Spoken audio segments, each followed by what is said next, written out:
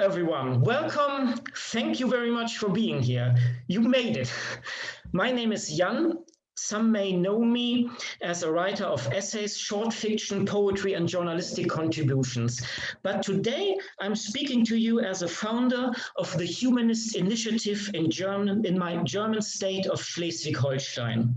As a humanist, I strive for kindness, beauty, and truth. These are the best subjects a human being can commit oneself to. This commitment is driven by loving this world and enjoying life. In this regard, Kurt Vonnegut once said, "It is wise to start a public talk with a joke." In general, he was right.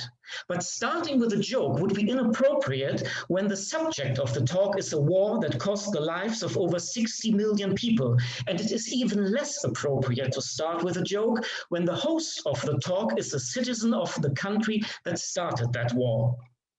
The 8th of May reminds us that the lives we live today cannot be taken for granted. It takes efforts to preserve peace and to learn from the past. Today, Germany, my country, has a historic responsibility. To remember those who have suffered under the Nazi regime is part of our national identity. Germany has more than 300 active memorial sites with thousands of employees and volunteers who teach history and the history of the victims to adults and children every day. We will never forget what Germans once did to fellow humans and to the world. I'm speaking of the Holocaust, the war, the countless deaths, and the suffering that lasted for more than a generation. To be a German today means to face history and to accept the responsibility that comes with it. In this sense, everyone who helps us carrying this legacy is a German too. So I'm very happy that you are here today. I welcome our friends from the United States of America and our friends from Germany.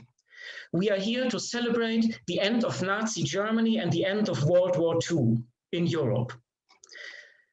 I would like to thank Dr. Harald Schmid of the Schleswig-Holstein Memorial Community Foundation for letting us use their Zoom account. He's not right here today, but will join in maybe later. And I especially thank and welcome my two guests of the day. Without them, this event wouldn't be possible. I welcome Wayne Laufert from Baltimore, Maryland, USA. Welcome, Wayne. And Rüdiger Hesse from Owschlag, Schleswig-Holstein, Germany. Hi, Rüdiger, welcome. Welcome to both of you. I'm happy you are here with us today. Okay. Absolutely nobody wants to be in a war. That's our common ground. Somebody who makes us understand what war really means is an American with German roots who has been a prisoner of war in Nazi Germany. He survived the destruction of Dresden by Allied bombers and later wrote one of the most influential novels in the English language, which is at the same time one of the most convincing anti-war novels of his generation. I'm talking about Kurt Vonnegut from Indianapolis, Indiana, and about his book Slaughterhouse-Five. And while our American friends are most likely familiar with his work, Vonnegut is quite unknown in Germany. This gives me the opportunity to hand over to Wayne Laufert.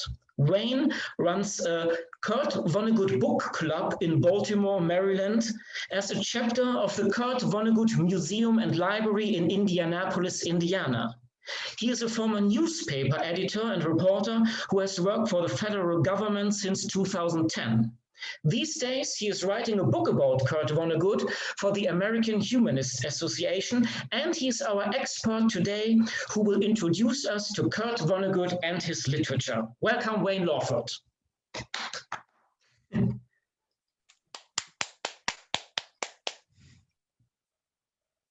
Oh, I have to unmute you, I guess. I'm unmuted. I can unmute myself. Okay. That's the classic Zoom thing. I have to unmute myself. Thank you, Jan, again. It's a privilege to join you today because the end of Nazi Germany, even though it happened so long ago before anybody here was born, should never be forgotten. The Holocaust should never be forgotten, and the end of the Third Reich should never be forgotten. It's good to remember Kurt Vonnegut, too, my favorite writer, the reason I'm with you today. That's Kurt, about 1990. He's also the reason I met Jan about 2 months ago from so far away. Vonnegut obviously was from a German family. He was a third-generation American, but he was from a free-thinking German family. His great-grandfather, Clemens Vonnegut, was ushered out of Germany in the mid-19th century for demanding democratic reform in the Confederation of German States. I think he left in 1848, he arrived in America in 1848. At age 24, Clemens started a fabric agency in New York City. An old classmate living in Indianapolis, Indiana, lured him into business out there in the middle of America, where he settled down and he got married.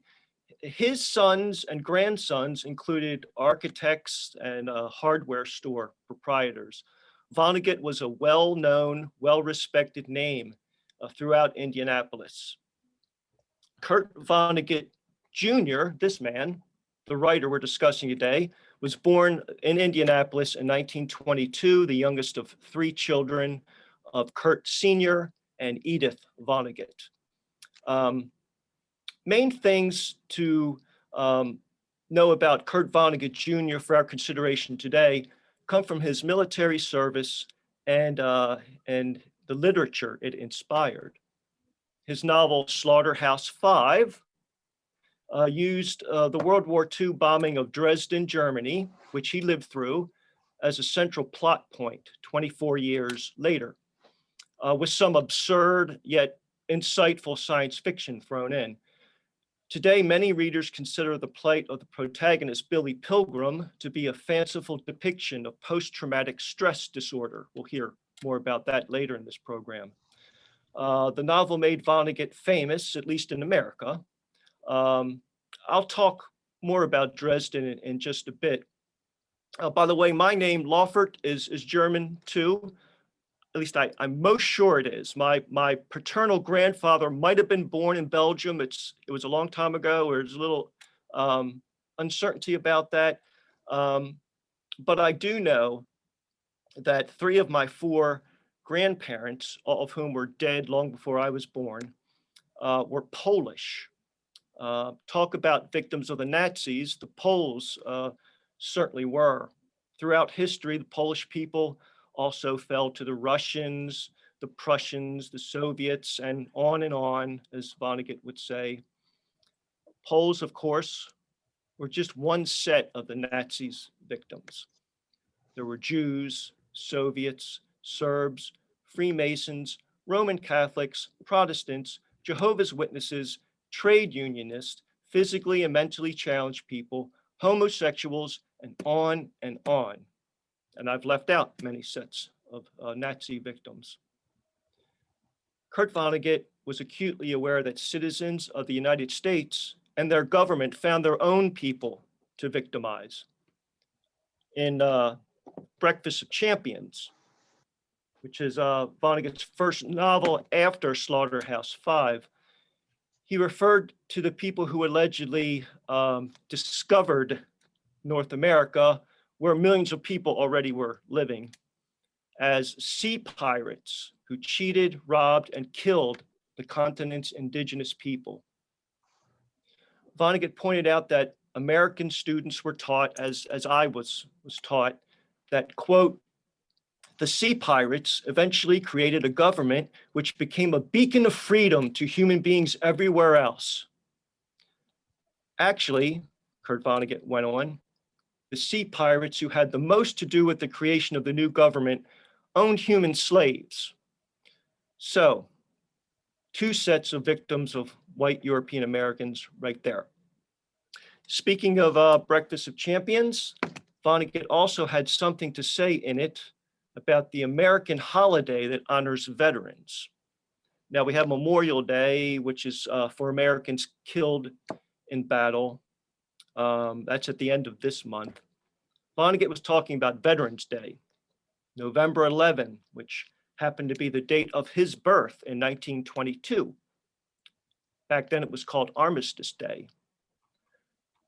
And Vonnegut wrote this about Veterans Day, and I point out to the humanist among us that he refers to God as a way to convey the profound, solemn nature of the end of war. But this is what he wrote about Veterans Day, which when he was born was called Armistice Day. When I was a boy, and when all the people of all the nations which had fought in the First World War were silent during the 11th minute of the 11th hour of Armistice Day, which was the 11th day of the 11th month. It was during that minute in 1918 that millions upon millions of human beings stopped butchering one another.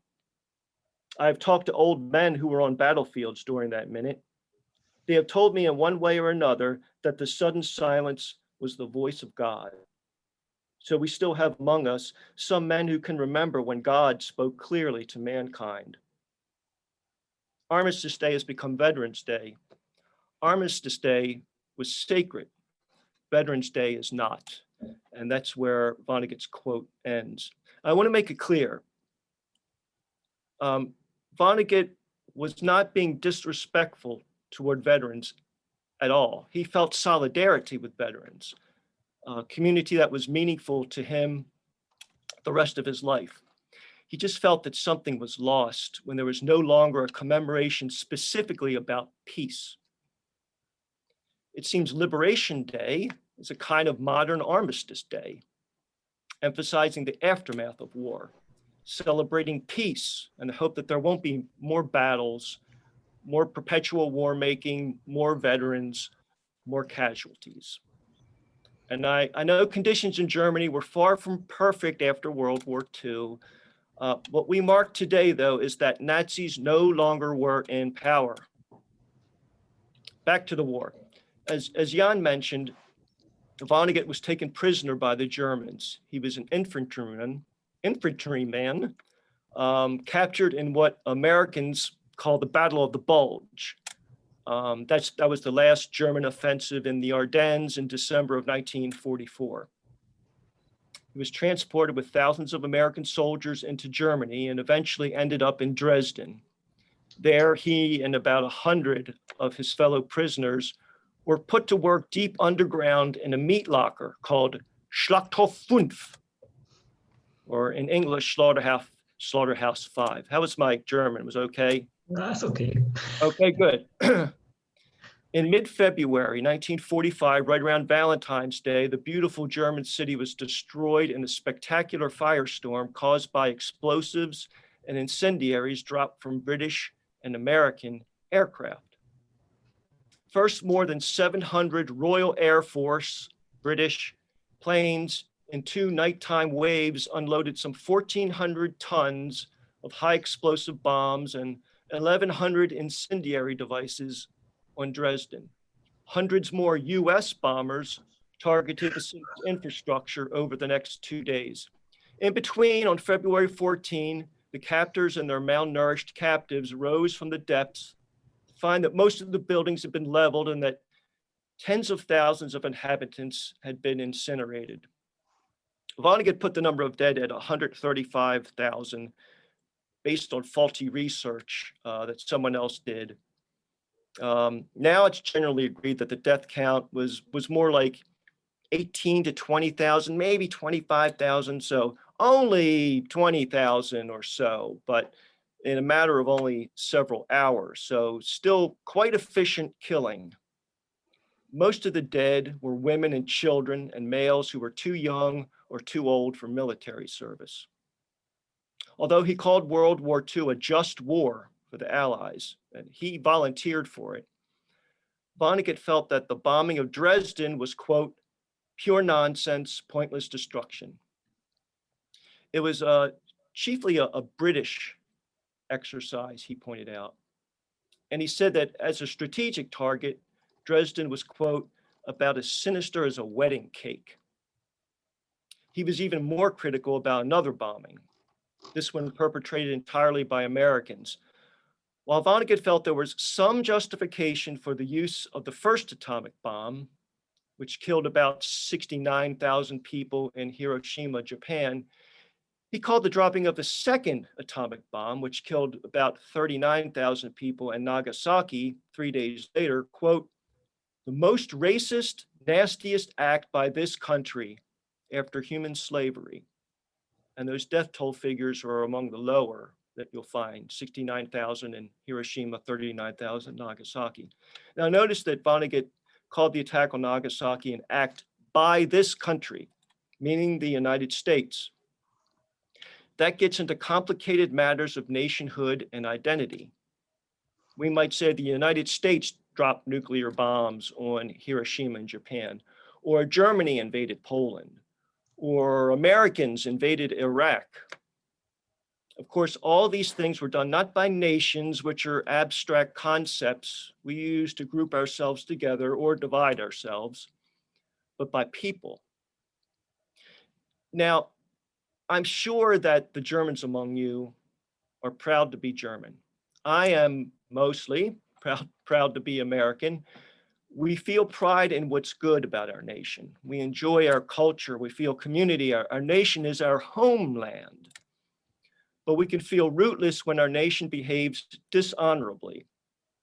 And if we report history truthfully and acknowledge our nation's faults, our faults, then we feel shame. During the Vietnam War era, Vonnegut wrote, I had become enraged by the idiot decisions made by my countrymen. Rage is certainly one feeling you could have about idiotic decisions made by your country's leaders. During a Vonnegut Baltimore book club discussion of the novel Mother Night, we had a couple months ago where Jan joined us, and many other participants are with us today. Jan, one of the first things he said, he talked about the Nazi past of Germany, and I detected disgust in his voice. And during his introduction a few minutes ago, I detected shame. And there's plenty of shame to go around in the world, or there ought to be. What can we do today about our nation's shameful histories except recognize where our leaders and their followers were wrong, sometimes abominably wrong, and make sure to the best of our ability in our respective democracies that they don't behave abominably again. That leads me to what for me is Kurt Vonnegut's most profound quote. He wrote this in 1966, 3 years before Slaughterhouse-Five. It's in the introduction to Mother Night. If I'd been born in Germany, I suppose I would have been a Nazi, bopping Jews and gypsies and Poles around, leaving boots sticking out of snowbanks, warming myself with my secretly virtuous insides. Now, think about that. It's not a casual conclusion to reach. If I'd been born in Germany, I would have been a Nazi. It means that certain factors we cannot control, where we're born and raised, which race or ethnicity we belong to, what sort of world our government has created, can determine so much about us. I think of the Germans who got swept up in the Nazi tornado as it stormed through their country. Vonnegut wrote that Hitler resurrected a beaten, bankrupt, half-starved nation with hatred and nothing more. Some Germans of that time must have gone along out of national pride. Some of them must have gone along simply so they could survive. Many of them must have been good people. But the bad overwhelmed the good. National pride fueled evil. We might think we're not capable of evil. Vonnegut's quote reminds us that we could be part of something evil because the forces beyond our control, with help from our own personal failings, our own self-interest, our own lack of bravery, because it can be difficult to be brave enough to stop that kind of hatred. If I'd been born in Germany, I suppose I would have been a Nazi. Well, if I'd been born in Germany or Belgium, I might not be here with you today. So that's one reason I'm glad to be an American. I'm happy to help you recognize Liberation Day. I cherish the spirit of of peace and friendship. And if this isn't nice, what is? Dankeschön. And now we'll go on with the rest of the program. Back to Jan, who will talk about Kurt Vonnegut and the poetry of life. Yeah, thank you very much, Wayne. Thank you very much. Okay. Yeah, when Kurt Vonnegut gave talks, he usually expressed his love for his Uncle Alex. Uncle Alex always tried to recognize and communicate beautiful moments in everyday life. How many of you have had a teacher, Vonnegut asked his audience, who made you prouder to be alive, happier to be alive than you had previously believed possible? Would you please say the name of that teacher to someone sitting next to you? Vonnegut's audience started talking. Probably they were not only telling each other the name of that teacher, but also explaining who that teacher was and how this feeling of inner growth they had experienced felt like. At one point, Vonnegut interrupted the conversations to highlight that very moment in the same way his Uncle Alex would have done it. "If this isn't nice, I don't know what is," he said. By doing this, Kurt Vonnegut created a beautiful moment that he brought to everyone's attention. A more elaborate concept of the same idea can be found in his postmodern novel Slaughterhouse-Five. Here, Vonnegut provides us in chapter 5 with a simple but convincing literary theory that is suitable to overcome the miserable sides of life. For those who have not read Slaughterhouse-Five yet, it is the book in which Kurt Vonnegut describes his experience in World War II through his fictional character Billy Pilgrim. The war, the death of his close comrades, his imprisonment by the Nazis, and the destruction of Dresden with all its victims is a continuously mind and soul-shaking experience for the young man. It's an emotional strain so strong that after the war, Vonnegut's character Billy Pilgrim suffers from something we would call today post-traumatic stress disorder. Flashbacks are one of the symptoms, and Billy Pilgrim is thrown forth and back in time, and strangely also to an alien planet called Tralfamador. The Tralfamadorians teach Billy about the view of life that Kurt Vonnegut wants us to embrace. Like humans, the Tralfamadorians know about existential crisis, but they experience those crises not as devastating to their minds and souls as we do. Tralfamadorians look at time in a whole different way. We as humans, for instance, tend to understand time as a line of events. That line of events is made of snapshots, moments. Each moment contains a particular message that connects to the next one. That shapes the story that our consciousness perceives at a continuously advancing lifeline. But some events can be so sudden, so unexpected and different from what we can bear emotionally that the gap to the next worthy moment of life becomes too big to bridge. That's what war does. Not only to Billy Pilgrim, but to men and women of all times who have been involved in scenes of violence. This one lifeline we have is incredibly fragile. But for Tralfamadorians, it's different. Although Tralfamadorians are able to understand scenes and situations as messages of moments like we do, but those situations appear to them not one after another, but all at once. This is exemplified to Billy Pilgrim by the way Tralfamadorian literature is perceived. Quote, "There isn't any particular relationship between all the messages, except that the author has chosen them carefully, so that when seen all at once, they produce an image of life that is beautiful and surprising and deep." End quote. Here lies the reason why Kurt Vonnegut encouraged people to become aware of beautiful moments. With all the beautiful moments, when brought to one's attention and kept as a memory, we are able to write the poetry of life that is worth living for.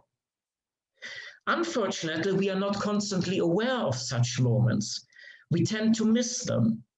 Far too often our consciousness is pulled away from the present moment as we ponder over our memories to find useful experience or meaning in them. We look forth and back in order to balance out the ups and downs of our lifeline. Those ups and downs accompany us like a soap opera that we binge watch all day. We watch how characters, including ourselves, rise and fall again and again. They usually carry around unresolved key events from their past that make them behave in a certain way. The goals and dreams of those characters are threatened by contradicting plans of others, or by dramatic incidents or catastrophes like the Second World War that Billy Pilgrim and so many others went through. Indeed, World War II was an unprecedented human catastrophe. The average age of an American soldier was 23. Therefore, Kurt Vonnegut gave Slaughterhouse-Five a subtitle, The Children's Crusade. Vonnegut himself was 22 when he was brought to battle in the Ardennes in December 1944. Over 400,000 Americans died during World War II, most of them in Europe. The former Soviet Union suffered the biggest loss. Over 20 million people were killed. Things nobody had ever believed possible have happened. The Holocaust, the nuclear destruction of Hiroshima and Nagasaki.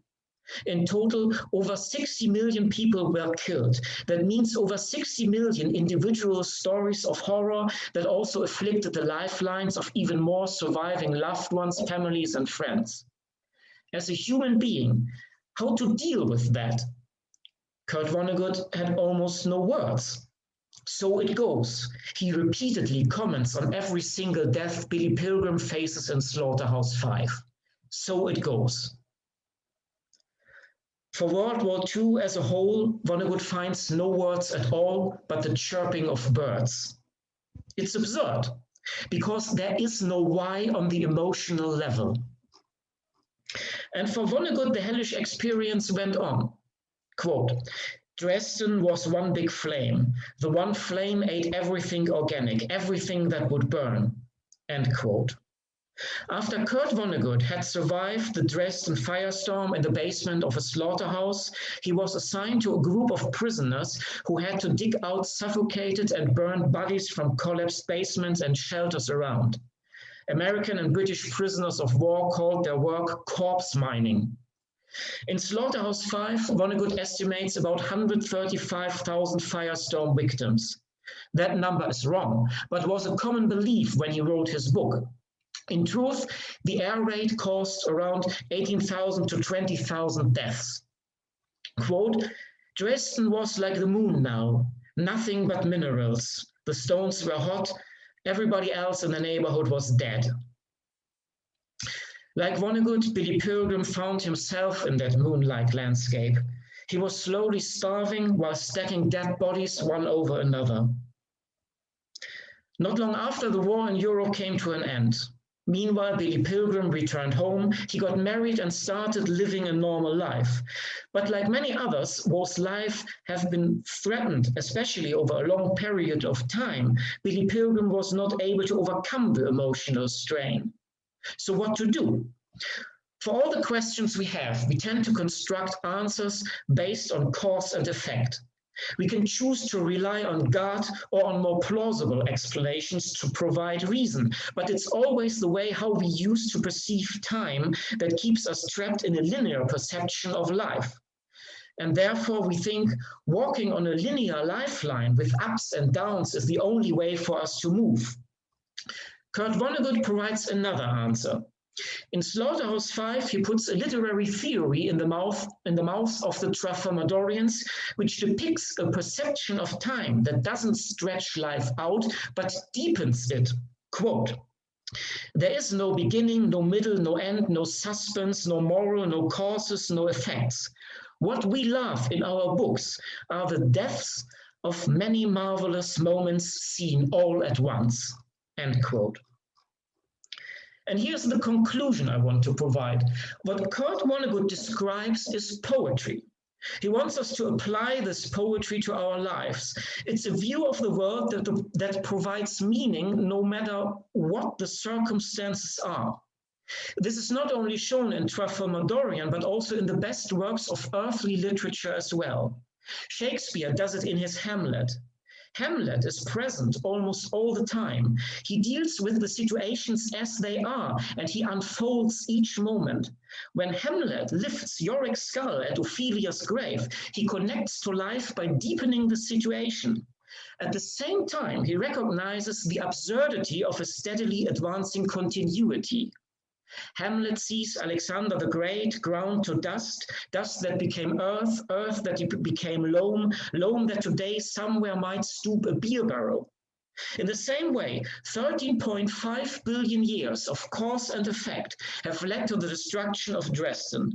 Kurt Vonnegut once said of himself that he was the only one who benefited from this madness since he was earning money with writing and lecturing about it. That's how absurd a steadily advancing continuity can be. But with deepening our thoughts, we overcome that absurdity. In poetry, all moments can be connected, regardless of cause and effect. That's how human-made meaning comes into existence. Everything else is just nature. But that creative process of humans, that poetry, appeals to our sense of beauty. It opens up our minds and hearts for one another. In this regard, Kurt Vonnegut's uncle Alex was talking about simple occasions that accompany us through life, but are seldom recognized as they fly by like any other habit. But when recognized and drawn together, they become poetry. Think of it. Quote, maybe drinking lemonade on a hot afternoon in the shade, or smelling the aroma of a nearby bakery, or fishing and not caring if we catch anything or not, or hearing somebody all alone playing a piano really well in the house next door, end quote. These are the moments that are worth living for. They allow us to unfold ourselves, to open up in order to create and share more of such beautiful moments with one another. This is the connection we create today. We are physically apart and at the same time close together, not only by a digital conference program, but by a beautiful thought that is worth living for, and that is friendship and peace. I thank you very much. That's it basically. Thank you very much. Okay. Okay. And until now, we have heard a lot about the past, and nobody of our generation, as we can say, was ever confronted with an ongoing war in our country. But there are soldiers who have been and are deployed in conflict zones abroad. Like all people in those conflict zones, they experience what, for instance, Kurt Vonnegut's book Slaughterhouse-Five tries to tell us. And today we have someone with us who reminds us that the after effects of being in such conflict zones are still very present and real. And I'm very happy to welcome and thank Rüdiger Hesse from Owschlag, Germany, for being with us today. Rüdiger is a soldier of the Bundeswehr, the German armed forces. He has spent more than 1,000 days deployed in the Balkans and in Afghanistan, where he worked in reconnaissance. During several deployments in Afghanistan, which had lasted about 6 months each, he developed symptoms similar to the ones that Vonnegut describes in Slaughterhouse-Five. I'm speaking of post-traumatic stress disorder. But unlike many others, Rüdiger is talking about it. He is one of the founders of the German Veterans Association combat-veteran.org. The group raises awareness for the needs of veterans in Germany and help struggling comrades making their way back into society. Welcome, Rüdiger Hesse. Hello, my friends. Okay. Originally, we had the idea to do the interview in German and had a live translation while we speak now, but technical difficulties didn't allow us to do that. So what we did is we did the interview in German earlier this week and translated the answer into English. And that is what you will hear right now. I hope that's okay with you. Okay, Rüdiger, what are the threats you have to face in a military camp abroad? Often you live in small forward operation bases or observation posts. A base like that has the size of only a few hundred square meters. The climate in Afghanistan is hot and dry, and you live under very basic hygienic conditions. Almost all soldiers get cabin fever at some points. That adds to the real threats. For example, usually local guards are hired to protect the camp. It can happen that these guards become assassins and open fire on soldiers. I have experienced that. It can also happen that the base is attacked from distance by mortars and rockets. I have experienced that too. Outside the camp, there is a risk of ambushes and suicide attackers. Living under such conditions means constant stress on different levels. Okay, when and how did you find out that something is wrong with you? It started with a tremor in my left eyelid. I experienced it that during my last deployment in Afghanistan. After I got home, it became worse. Today, the entire left side on my left face tremor regularly. In the past, symptoms like that we call it shell shock or Vietnam syndrome. Today, we call it in most cases post-traumatic stress disorder. But PTSD is just the generic term. It stands for a whole range of psychological disorders and can occur when exposed to stress. Okay, how does it feel to suffer from post-traumatic stress disorder? Oh, when I stressed, the whole left side on my face started to tremor. I get medication for that. In general, depression is a common symptom. There are also flashbacks. Then there are panic attacks, high blood pressure, insomnia, and very often nightmares. This often leads to weak concentration, aggression, social self-isolation, domestic violence, alcohol or drug abuse, or to a loss of libido. Also, there are a variety of other symptoms that occur individually. Sorry. People who suffer from PTSD do not necessarily develop all of these symptoms all the time. That differs from case to case. Quite often, PTSD does not occur until 5 to 10 years after the stressful incident. More often, it affects the experience by experienced soldiers.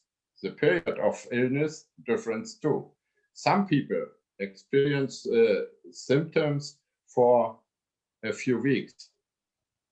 Others struggle with PTSD for months and years. Okay, how many soldiers develop symptoms of post-traumatic stress disorder after returning home? To be clear, PTBS can only be diagnosed by a specialist. The different figures assume that 1 to 3% of veterans develop symptoms of PTSD. But our veterans organization estimates up to 20% because PTSD is also assigned with a certain amount of shame and not all the effects seek out. Okay, thank you.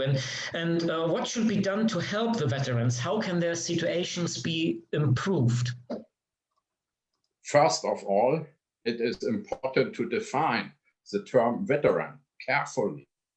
But our former defense minister, Ursula von der Leyen, has decreed a rush definition during her time in office. That definition is based on the Anglo-American example. That means everyone who has served or serviced in the German armed forces is a veteran.